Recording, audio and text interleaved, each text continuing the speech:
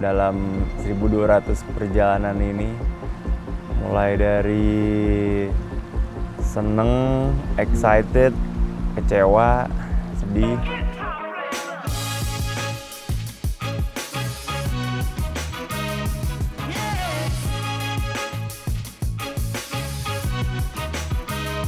Sebelum start itu gue excited banget karena memang ini eventnya 4 tahunan dan lu bisa ketemu sama cyclist dari berbagai negara dan itu yang jumlahnya itu 8.000 orang dan itu rame banget.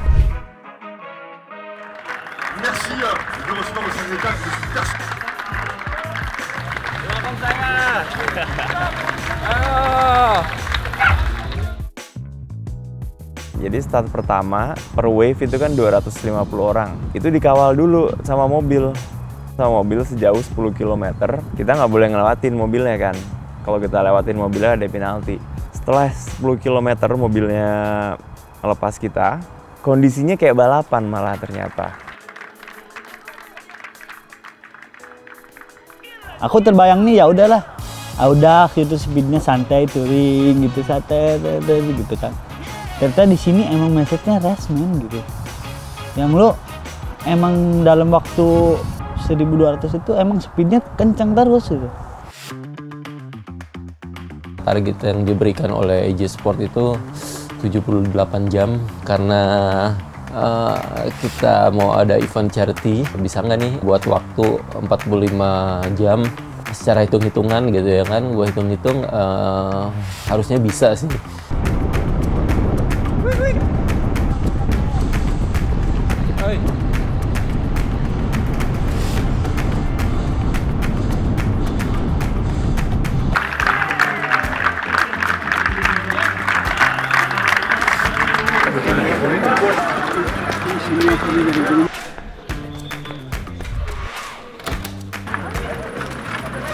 Nah, aku makan jalan aja. 100 km berjalan, dapet checkpoint gitu. Dan di setiap checkpoint kan orang tuh nggak ada yang tuh leha-leha gitu. Mereka cuma datang, cap gitu kan. Ada yang mau ke toilet, ngambil makan, terus mereka jalan lagi. CP 200 km. Gimana? Look, aman? Aman. Kayak balapan. Siap, gas. Karena semua orang punya tujuan yang sama ya, sama-sama mengejar waktu. Akhirnya di situ ketemu mungkin sekitar 5-10, lama-lama nambah jadi 20 orang. Di situ kita pelotonan lagi, bisa dibilang cukup high speed ya di situ ya. Karena speednya itu antara datar tuh antara 40 sampai 45, turunan tuh bisa sampai 60, 65. Ini kondisi rolling dan cukup berangin ya.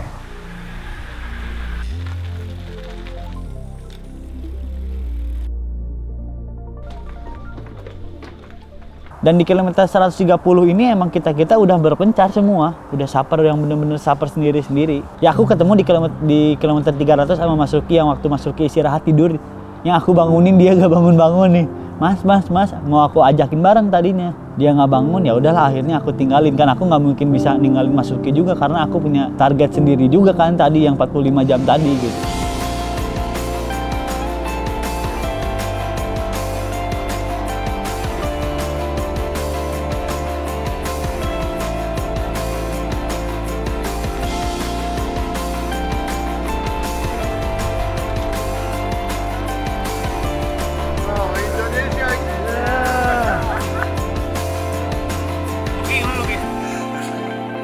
Tadi telepon gua, yo gimana nih bahan gua gak bisa bergerak nih. Gua bilang lu cari bengkel dulu, lu usaha dulu, lu perbaiki dulu sepeda lu. Kalau emang lu robek bannya. Keluar checkpoint baru sekitar 15 km jam 3 pagi. Tiba-tiba ngehajar sesuatu, ban berasa banget, cedak gitu kan. Ban luar bolong, tadi ngehajar sesuatu. Jalanan nggak tahu apaan. Itu kondisinya di tengah hutan gitu. Nggak ada orang lewat. Nah untungnya kan kita ada tracker ya, pantau 15 kilo di belakang, ada bobnya beneran lewat. Kebetulan memang nggak bawa juga ban luar dan ban yang dipakai juga beda sama bob. Setelah 2 jam ada motor panitia lewat, dia lihat kondisinya, dia ngerti juga kayak dicek, dibongkar lagi ban yang udah dibongkar lagi, coba dipompa dan lain-lain dan ternyata emang nggak bisa. Akhirnya solusinya dibawa ke kota terdekat.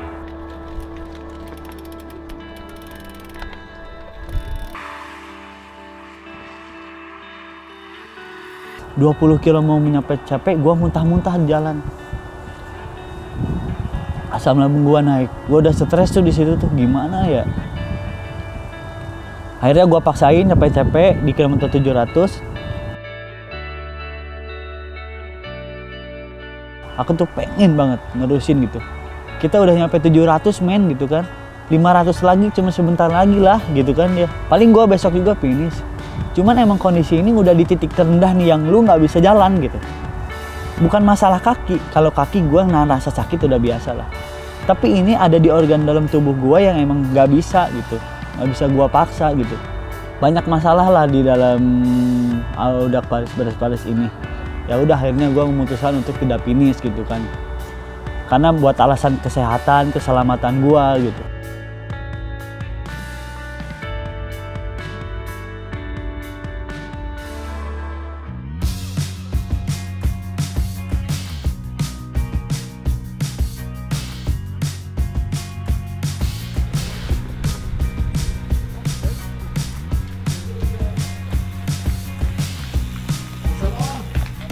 Under 21.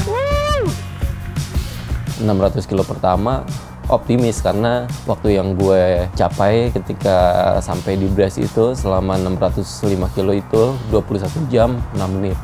Jadi hitung-hitungannya sih baliknya lagi ya kurang lebih gue kejar waktu di 23 atau di 24 jam harusnya masih masuk di 45 jam total targetnya. Gue sangat berterima kasih kepada EJ Sport yang udah mensupport gue.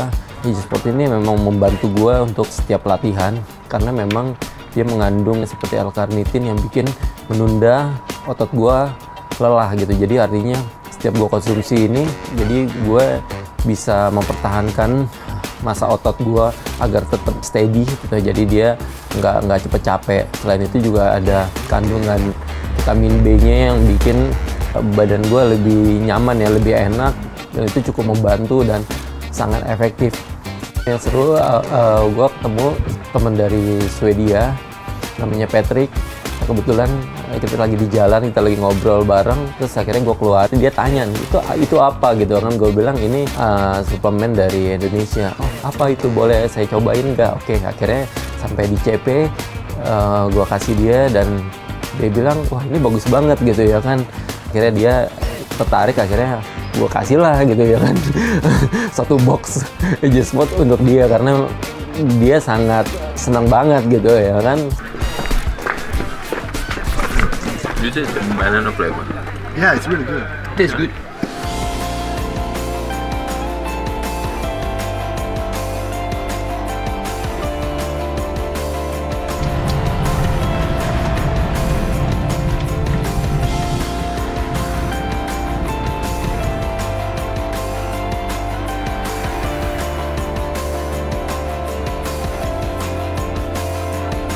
Suruh untuk istirahat, gak usah ride lagi.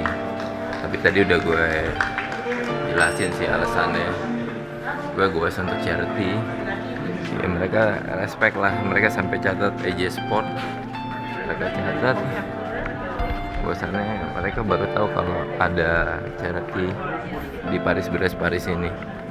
Sampai checkpoint dan gue bisa tuker sepatu karena memang udah nggak maksimal banget pakai sepatu sepeda untuk kaki sebelah kanan gue. Waktu di kilometer 960 itu kaki gue udah terasa nih sakit banget nih. Sedangkan checkpoint itu kurang lebih 61 kilo lagi. Sempet berpikir untuk nyerah sih. Tapi karena gue punya misi dan gue harus selesaiin misi ini, akhirnya gue harus jalan menuju checkpoint berikutnya.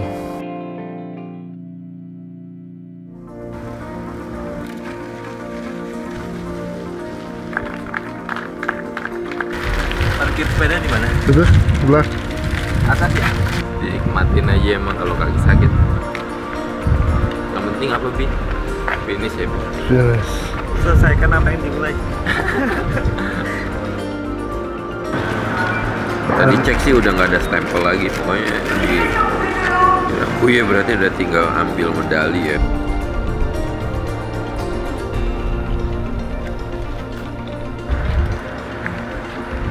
Dulu ya guys. Karena ini perjalanan bukan 100-200 kilo gitu yang lu tempuh dalam waktu beberapa jam, tapi ini 1200 yang berhari-hari lu harus lalui itu. Jadi lu mesti punya keteguhan hati, punya mentalitas, punya semangat untuk bisa nyelesain ini.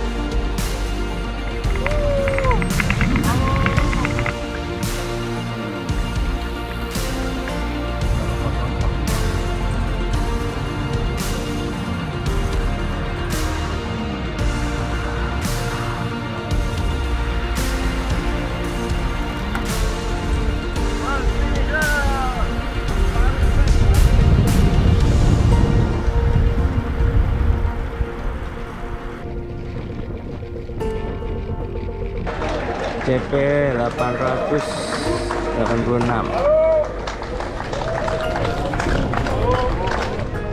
Ada deh, Monjo. Langkah lagi rasanya lega. Garis finish Rambouillet, 43 km lagi. Sekarang udah di checkpoint terakhir. Sepeda udah siap, ini udah diisi lagi. Udah siap berangkat ke Rambouillet buat finish. Sebelum berangkat kita review dulu.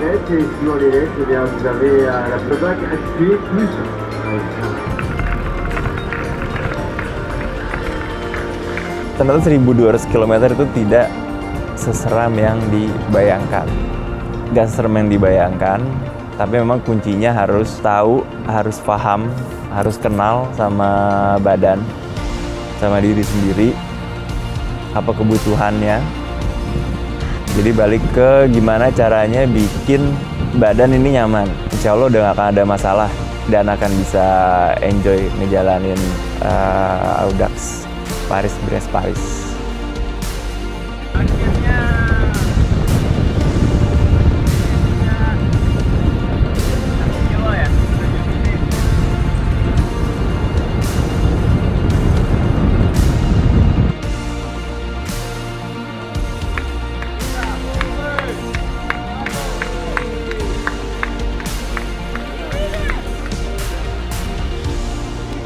Dan alhamdulillah gue bisa finish.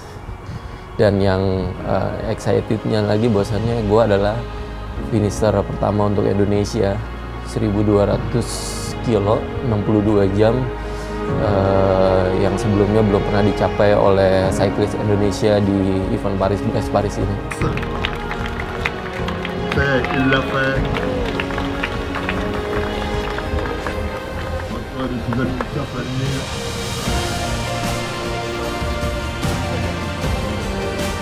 Ketika ngelihat garis finish tuh seneng banget aja bawaannya, dan bangga lah sama diri sendiri juga bahwa kondisi badan gak remuk, sehat, happy, bangga, seneng.